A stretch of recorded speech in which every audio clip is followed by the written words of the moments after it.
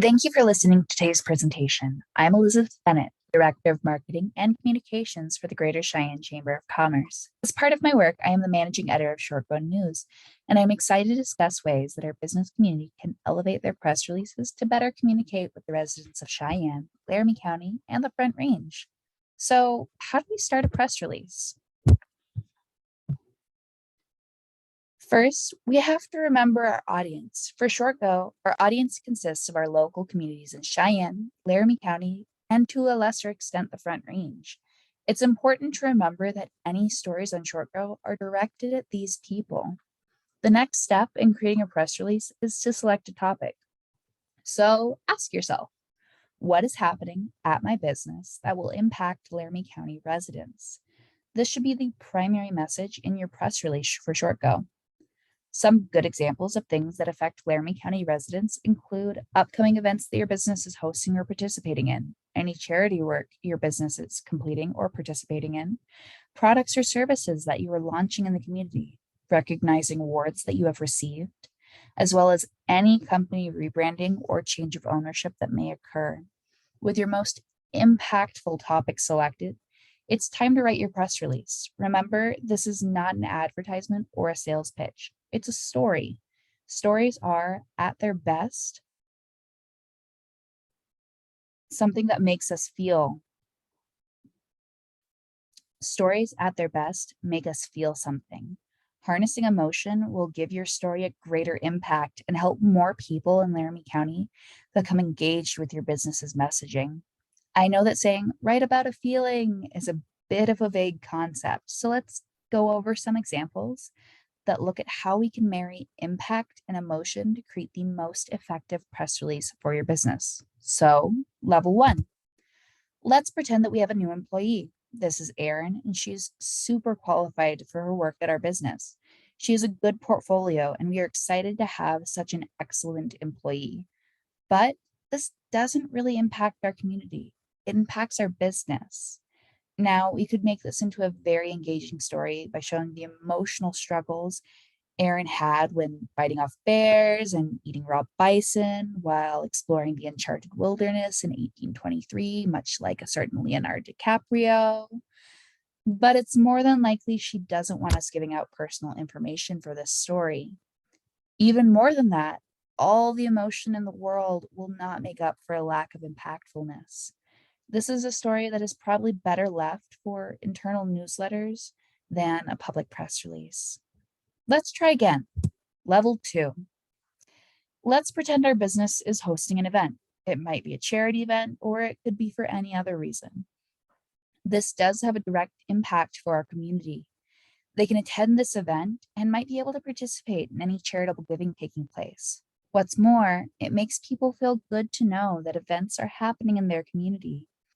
Even non-charitable events show a level of community involvement and interpersonal growth that makes our audience proud to live, work, and do business in Cheyenne. We're starting to scratch the surface of those emotional appeals for our audience, and this is a great opportunity for a press release with easy, concrete facts you can focus on while writing and get a decent readership. However, it's important to note that this only accounts for events in our area. We don't care about events happening in Metropolis. We will let Clark Kent cover that for the Daily Planet. That was pretty good, but let's see level three. Now, our pretend business is opening a new location in a building they renovated. This has a couple different impacts that we can focus on in the story. The first one is, of course, please come visit our new location. We want community members to walk in the door and participate in our growing businesses. For their part, our audience wants to visit cool new businesses and they want to see Cheyenne grow. Your business is a part of that growth, and this is a great moment to remind others about all the money you bring into the community, the jobs you create, and the many wonderful products and services your business provides. You can start to see how the story entwines the impact of your business with the emotions of our audience, with the motivations of your business. It's well-rounded and balances those key aspects of a good story.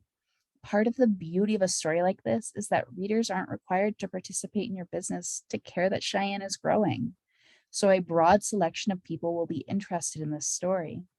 Not everyone will come into your business, but many more people will be familiar with your business and think of you next time they need something in your industry. But we don't open new locations every day. So, what's another way to hit all the core pieces of a good story? Before we start level 4, let me do one more movie reference. If you haven't seen E.T. in a while, I'll remind you of one of the most iconic scenes in brand deal movie history. E.T., our friendly alien, thinks Reese's are freaking delicious. What you might not know is why this scene is so iconic. You see, the director wanted M&Ms. However, Mars, the owners of the delectable little chocolate candies, did not want to pay for the brand deal with ET. Instead, Hershey agreed to spend $1 million in exchange for the rights to use ET in its ads. The payoff was huge. Those peanut butter candies saw a reported 65% jump in profits for just 2 weeks after the movie's premiere. Why am I taking time out of your day to go over a brand deal from 40 years ago? Because this is the kind of emotional advertising and subtlety that we should all strive for. In the case of our press releases, this can be seen in a format known as the advertorial. Now, an advertorial is the name for an advertisement that's written or produced in the form of editorial content. Generally, advertorials give authors credit to the advertiser and indicate that the post is paid for or sponsored. However, a good advertorial doesn't clearly state in the body of story that it's from the advertiser. The goal of an advertorial should be to provide the same high quality content as a standard story. View your advertorial like you are a journalist covering your business, because remember, this isn't a sales pitch. So collect some facts, gather some quotes, and remember to play to the emotions of your audience. Then put it all together to spotlight your brand, your product, or your adjacent lifestyle. What do I mean by adjacent lifestyle? Your business has an ideal market of consumers that you want to engage with in your advertising. Those consumers will have a number of factors that lump them together as a group, and those factors build into a lifestyle surrounding your brand. Put together, this lifestyle embodies the values, aspirations, interests, attitudes, or opinions of your ideal consumers. In short, lifestyle is one of many opportunities to connect your audience with your brand, and they can be used in all advertorials of all shapes and sizes. An advertorial could be a list or a guide or a story. They could be one paragraph or 6. There's no end to the creative options you can use for your advertorial. It's more about the strategies you use while writing your content. Another key benefit of an advertorial over other forms of press release or advertising is that it has long-term payout potential. For instance, let's say you pay for an advertorial tomorrow. For most publications, you won't have to keep paying to boost the visibility of your story over and over, like you would with other advertising options. You can earn organic traffic continuously with an advertorial for potentially a long time after the publication date. This is dependent on how well you create an impactful, emotionally appealing, and recurrently relevant story for the audience. The better you do, the more likely you'll get those big readerships that result in big brand awareness for your business. Now that we've covered advertorials, here it is, level 4. For this one, we're going to be a little more specific. Let's pretend our business sells peanut butter candies. One of our core consumer demographics is children, and our lifestyle includes things like making friends with aliens. Now, wouldn't you know it, our product can help with that. So we write a story which lets our core consumers know that friendly aliens like candy. Our community is delighted because they can be friends with aliens. And wouldn't you know it, our business sells candy they can use for that. Remember, they never tell you in ET to buy Reese's. They only tell you that friendly aliens like Reese's, and then you decide to buy them. A more real world example might be if we were a financial institution. We could discuss how a savings account secures your future stability and builds toward big goals. Almost everyone wants a stable future and the ability to meet big goals. So we have a huge audience built into this article. As a matter of fact, you could say one of our core consumer demographics is people who make money, and our lifestyle includes things like saving money and having goals. Now, wouldn't you know it, our product can help with that. We, as a financial institution, offer savings accounts, and our employees can offer assistance in financial planning for those big goals. A well written advertorial will draw a large readership because it is designed for a broad audience.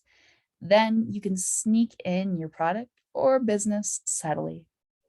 You may notice that I've used this formula a few times now. One of our core consumer demographics is A, and our lifestyle includes things like B. Now, wouldn't you know it, our business or product can help with that. These short sentences are a great way to create a writing prompt for yourself when preparing to start an editorial. Finally, this is our current submission form for ShortGo, which you should use for any official ShortGo submissions for complimentary or purchased articles. Let's go over how to fill this out really quick. The first box is the requested title of your ShortGo article. This should be under 10 words and be centered around an active verb. Think the Titanic sinks, not the Titanic is a boat that sunk. Next, the author's name. Sometimes we have really wonderful communications professionals for our business or freelancers who we want to recognize as the writers, but this is by no means a required box. If this is left blank, we will still say Story by Dunder Mifflin Incorporated for transparency purposes. The featured photos are required in order to post an article. It is a single image in 6x4, which we will use for the listing at the top and at the top of the photo. This should not be a graphic design and should not have text or logos on it. Most importantly, it's required. We cannot post a ShortGo story without a featured photo. Now, the body of your story is just what we've discussed up to this point in the presentation. We ask that you stay between about 300-word minimum and an 800-word maximum for any articles, but the bullseye is around 500 words. Remember, this should always be written in third person. No I or we inviting people to things. Dunder Mifflin invites people to things. A great workaround for this is quoting yourself in the article. I look forward to seeing our community, said Dwight Schrute at Dunder Mifflin. The next box, contact information, would be displayed at the bottom of an article. It's an opportunity to include your company's phone number or address. If this is over an event, you might have the registration information here. This is another optional item that you can use or leave blank. Finally, we have additional assets. These are all optional items which you may decide to include or leave out at your discretion. Thank you very much for listening to today's video, and please reach out to the Chamber of Commerce if you have any questions or concerns. Have a great day, everyone.